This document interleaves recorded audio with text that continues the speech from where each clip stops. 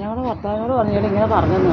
നിങ്ങളെ പെട്ടെന്ന് വിളിച്ചെന്ന് പറഞ്ഞില്ലയോ? എന്നോട് പറഞ്ഞു നീ എന്താ അവനോട് അന്നേരം മറുപടി പറയാഞ്ഞേ. ഞാനിപ്പോ അങ്ങോട്ട് പോയി. ഞാൻ അവിടെ നിന്ന് അവനെ നോക്കി. ഇവന് ഈ രമേഷ് കുമാർ പക്ഷെ പാർട്ടിയെല്ലാം തോറ്റു തുപ്പിയിട്ടില്ലയോ? നമ്മൾ രമേഷ് കുമാർ ജയിച്ച നമ്മളാരും എന്തേലും ആയിക്കോട്ടെ, നമ്മളെന്തിനും ആവശ്യമില്ലാന്ന് പറയുന്നത്. അല്ല, ഇവിടെ കൂടെ അങ്ങോട്ട് പോകുമ്പോ രമേഷ് കുമാർ സിന്ദാബാദ് ഇൻകുലാസിം, പക്ഷെ പാർട്ടിയെല്ലാം തോറ്റേ. പാർട്ടി ഫുള്ള് തോറ്റു തുപ്പിയിട്ട് ഭയങ്കര ബഹളമല്ലയോ അവിടെ ഇവിടെയെല്ലാം. അന്നേരം ഞാൻ പറഞ്ഞു ഇതുപോലെ ആ സാറൊന്നും പറഞ്ഞില്ല.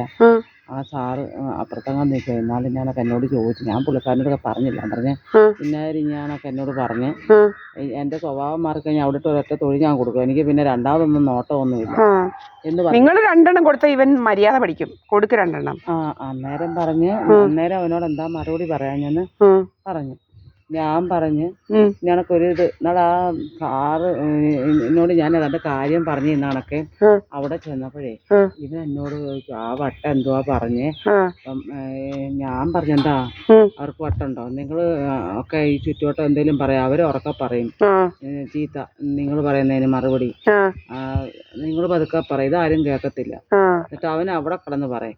ഞാൻ ചോദിച്ചു നിങ്ങൾ സമൂഹമല്ലേ ഒരു സ്ത്രീകളെ ഇങ്ങനെ, എനിക്ക് ഈ പെണ്ണുങ്ങളോടും കുഞ്ഞുങ്ങളോടും എല്ലാം പറഞ്ഞതിൻ്റെ ചേച്ചിയോട് ഞാൻ എത്രയോ നാളുണ്ട് നിങ്ങളെ വല്ലതും ഞാൻ പറഞ്ഞിട്ടുണ്ടോ? ഇവന്മാര് നമ്മളെ ഇവിടെ ആണുങ്ങൾ വരുന്നു, അങ്ങനെ പല പല കഥകൾ ഉണ്ടാക്കുക, വലിയ ശല്യം ഇവന്മാരെ കൊണ്ട്. ഇതുപോലെ ശല്യമില്ല ഇവന്മാർ. ഇതുവഴി ഇവിടെ ഇയാളുടെ ഒരു മോള് വന്ന് അവൾ ഇതുവഴി പോകുന്നുണ്ടേ. നിങ്ങളുടെ ഇവന് പണ്ട് ഇതുപോലായിരുന്നു. അവിടെ പണ്ട് 3 പെണ്ണുങ്ങൾ മാത്രം താമസിച്ചായിരുന്നു ഒരു വീട്ടിൽ.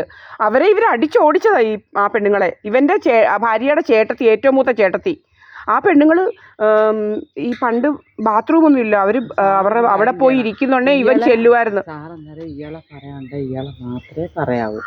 ഇവനായി തമ്മാടത്തിന് എനിക്ക് ഇവനെ മാത്രം പറയണം. നമ്മളൊന്നും പറയാൻ പോകുന്നില്ല, നമ്മൾ റെക്കോർഡ് ചെയ്യും, അത്രേ ഉള്ളൂ. അത് മതി.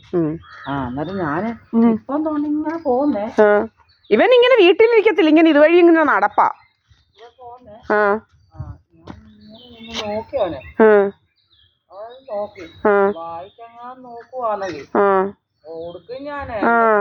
അറിയത്തില്ല. അവൻ അങ്ങനെ നോക്കും, വല്ലാത്ത നോട്ടവാ അവന്റെ, തെണ്ടി നോട്ടവാ. വാ തുറന്നായിരുന്നേ, എന്റെ നേരെ വാ തുറന്നായിരുന്നേ. അവന്റെ അടിനാട് നോക്കി ഞാൻ എനിക്ക് അതിന് ഇവിടെ അപ്പുറത്തൊരുത്തരുണ്ട്. ഞാൻ ഇതുവഴി വന്നപ്പോ ഞാൻ ഈ സാറ് ചെരുപ്പ്, ഒരു സുബ്രഹ്മണ്യൻ എന്ന് പറയുന്ന അങ്ങേര് മഹാ കള്ളൂടിയനാ. അല്ല എന്നോട് പറയേണ്ട കാര്യമുണ്ടോ, ഇവര് നമ്മളിലയല. ഈ സാറുവാ ഞാൻ സംസാരിച്ചിട്ട് ഞാൻ അങ്ങോട്ട് പോയി. നമ്മൾ നടന്നു പോകുന്നവഴി ആരോടെല്ലാം സംസാരിക്കും. അന്നേരം അങ്ങനെ എന്നോട് ചോദിച്ചത് ഞാനത് ഈ സാറിനോട് പറഞ്ഞിട്ടില്ല, ഇതുവരെ പറഞ്ഞില്ല. അന്നേരം അങ്ങനെ എന്നോട് ചോദിക്കുക എന്തുവാ പറഞ്ഞു. ഞാൻ പറഞ്ഞു നിങ്ങൾ ഒരു സമൂഹത്തിൽ കയറിയ സ്ത്രീകളെ അവമാനിക്കാൻ നിങ്ങൾ ഈ വേണ്ടാതിനെ വർത്താനം പറയും. നിങ്ങൾ അറിഞ്ഞ അവർക്ക് എന്നെ വിളിക്കുന്നു വട്ടെന്ന് അവൻ. അപ്പൊ ഈ ഇടയ്ക്ക് ഞാൻ ഈ ഇലക്ഷൻ അവനെ വിളിച്ച പറഞ്ഞു കൂടായ്മയുണ്ടോ? അല്ല ഇത് കേക്ക്, എനിക്കതൊന്നുമില്ല.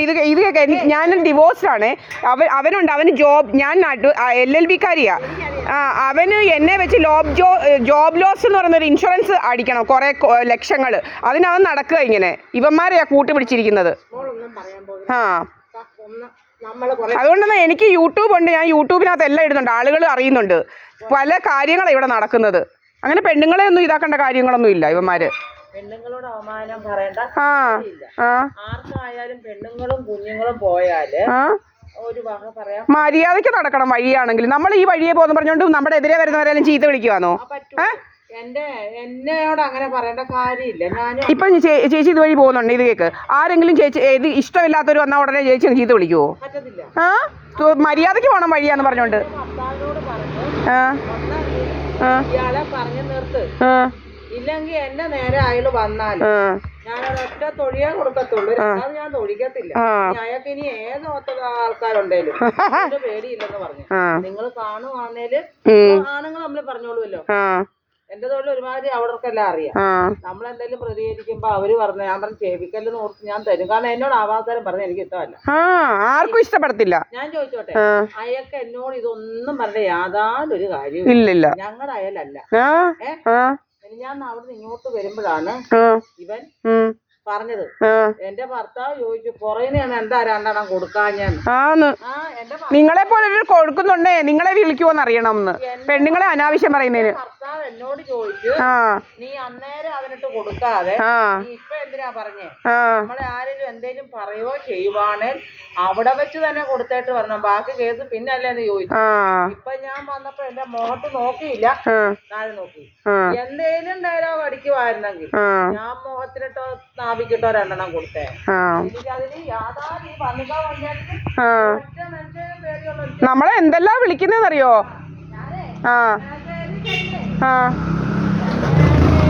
ടൗണിൽ കിടന്ന് ജനിച്ചു വന്നതാ ഞാൻ, ചങ്ങനാശ്ശേരി ടൗണിൽ. അടിയും കളി അറിയാന്നുള്ള ഞാൻ.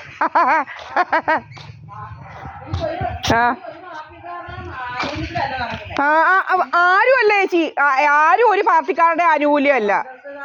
ബിജെപിക്കാരുടെ കമ്മ്യൂണിസ്റ്റുകാരുടെ ഞാനും എന്റെ ഭർത്താവും നന്നായിട്ട് ജോലിക്ക് പോകുന്നവരാ. പാർട്ടിക്കാര് പഞ്ചായത്തും കേരളവും ഒക്കെ ഭരിച്ചാൽ മതി, അല്ലാതെ വല്ലോന്റെ വീട് ഭരിക്കണോ? എനിക്ക് പാർട്ടിയുണ്ട്, ഞാൻ നടക്കും എന്ന് പറഞ്ഞ് അയാള് ചോദിച്ചാൽ അത് എന്റെ പാർട്ടിയാണെന്ന് ഞാൻ പറയത്തില്ല. അത് തന്നെയല്ല, പാർട്ടി ഭരിക്കണിടം ഭരിച്ചാ പോരാ, വല്ലോരുടെയും വീട് ഭരിക്കാൻ വരണോ?